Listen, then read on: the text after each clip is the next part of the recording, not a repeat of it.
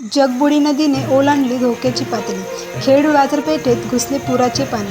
कोकणामध्ये गेल्या 48 तासांपासून पावसाचा जोर हा कायम असून यामुळे रत्नागिरी जिल्ह्यातील जगबुडी नदीने धोक्याची पातळी ओलांडली आहे. यामुळे खेड बाजारपेठ, पत्रिक मोहल्ला, नगर परिषद परिसर येथे पुराचे पाणी घुसल्याने जनजीवन विस्कळीत झाले आहे. प्रशासनाकडून नागरिकांना सतर्क राहण्याच्या सूचना देखील देण्यात आल्या आहेत. मुख्य संपादक संदीप जाबळेसह bureau report, Konkan Times, Khed, Ratnagiri.